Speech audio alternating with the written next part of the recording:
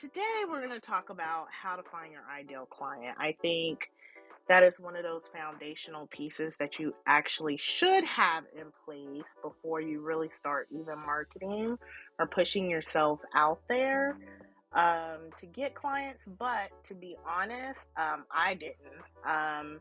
And I learned a lot about how I wanted to find my ideal client or what was a good ideal client for me as I went through the journey. So you guys can just avoid some of that time, some of that wasted effort.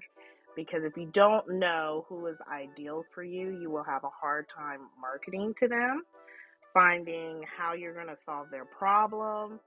And quite honestly, that is what people are more concerned about. This is a result driven world. Well, I don't know if it's fortunate or unfortunate, but it's not a process appreciation world. So, when people come to you or you go to people, they just really want to know how you're going to solve their problem. And then this also has to do with, because I'm also all about making sure you're creating a sustainable virtual assistant um, career versus just a hobby or something where you're, 1 minute you're doing really well and maybe the next minute you're not doing as well. I broke it down today into three different categories for people to think about when they're talking about how do I find my ideal client. So the first one would be a client maybe that you already have. That is your dream client. And this would be something to the way of I enjoy what I'm doing with that person. I enjoy how that person aligns around my similar beliefs as far as like how the business should be ran. I enjoy how that person treats others. I enjoy what I get paid from what I'm doing on that dream client. So that's always one look when you're like, okay, how do I find my ideal client? One category would be to look at the clients you have now and see what you like about those clients and, why are they so appealing? The next category would be your past self. So when I think about mentoring other VAs, my ideal client is actually in that category. So that would be, I'll use that just example. When I first started my VA business, I was lost, I was confused, I wasn't quite sure how to do certain things. Um, so it was my past self. So my ideal client is my past self. It could be go to other situations. Maybe you are overwhelmed mom or overwhelmed dad. It doesn't matter at one point, and now you're not at that place anymore. And you would like to help people who are in that place get to where you're at now. So that would be the second category you want to look at.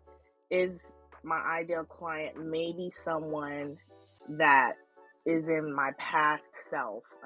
That does not sound right, but has basically experienced things in my past that I have been able to overcome and be successful at. And now I want to do the same for other people in those similar situations. And the third one is just maybe someone you haven't met yet. If you don't have any clients, it may be really hard for you to say, um, my ideal client is someone I've already worked with because you do not have those clients yet.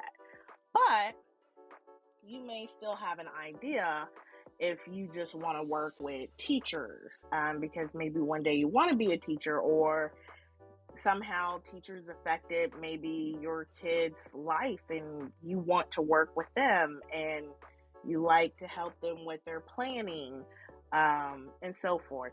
So you don't have to obviously have already had these clients, but maybe there's certain skills and qualities and attributes that you look at and you're like, you know what? I think I want to stick with this industry. I think I know why I want to stick with this industry. It could be a social justice thing. There's many people now who wants to work with um, people of color and help them advance more in the world and help them with their mission.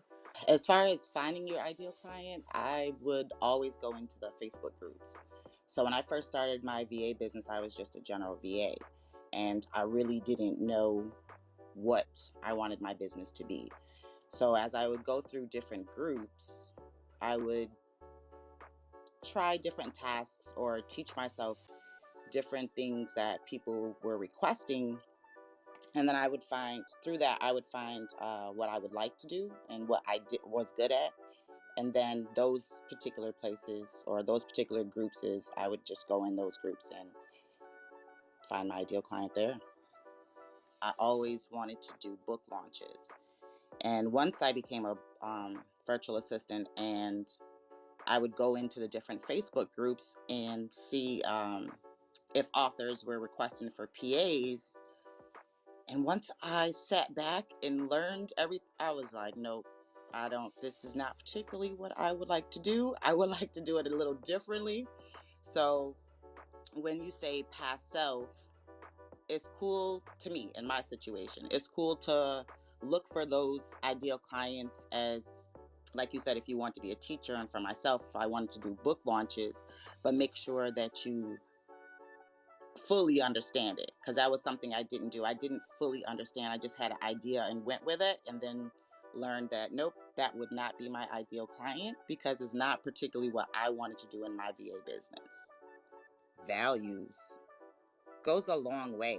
It'll let you know if you're going to be comfortable working with them or if you have to shift. Sometimes when you have your clients and they don't believe in everything that you do, it's still cool to work with them as long as their business flows in a manner in which you agree with. Now, when it comes to speaking and communication, that is another thing I would look at with an ideal client when you're doing your onboarding, or even if you're just interviewing them. How you all speak to each other right then and there sometimes determines how it's gonna go. You're gonna get a certain feeling, or you're just gonna be like, this is not for me. Exactly. And then again, like I said, sometimes you definitely think that one client is your ideal client, and then you start working with them and you realize, while they still may be a wonderful person, that's not something that excites your passion. When you're spending your time with the wrong client, then you don't have the time to attract and bring on the correct client. So you're actually, quote unquote, somewhat wasting your time. And you want to make sure that you're looking at the industry they're in. You want to look at their gender. You want to look at, maybe, is it important that they have a certain mission? But some of the demographics you definitely want to try to pinpoint, if you can, earlier than later, is the gender. You're going to market differently in most cases for men and women. And that does not mean that if you choose to say you want to work with female business owners, that does not mean you're not going to attract male business owners. It just means you're going to be targeting on the female, and who will come will come. You also want to look at age. You're going to speak to someone who is maybe 20 years old differently than you would speak to a 45-year-old. So that's why it's important for you to know the age of your ideal client, or the age range, I would say. You want to know income. So you definitely want to know income. This has a lot to do with when people are saying, hey, how do I get those 4 and 5 figure months? Well, it just depends. If your ideal client is a college student and that's your audience, which it could be, and there's nothing wrong with that, you have to also accept that they may not be in the same they're not going to be in a same financial income bracket as someone that's, let's say, corporate. You also want to look at your passions. What do you enjoy doing? If you enjoy graphic designs, but you maybe don't enjoy so much of data entry, I'm not sure if I would necessarily then target real estate agents. They do a lot of also the data entry side and paperwork as well. So you want to look at your actual gifts, You want to look at what you like doing. Do you like organizing? Do you like putting things together? Are you tech savvy? So make sure you look at that. And then I would also say you need a section where you're looking at your ideal client's values. I know for me, it would be very hard for me to collaborate and work with a person whose values are just really completely, totally different than mine. So make sure that you are sharing this to any and all of your virtual assistant friends, anybody who you think might want to be a virtual assistant, or even business owners that you think would be able to benefit from having a virtual assistant or they use virtual assistants, because we do talk on both different sides. So I hope you guys have a wonderful, productive week.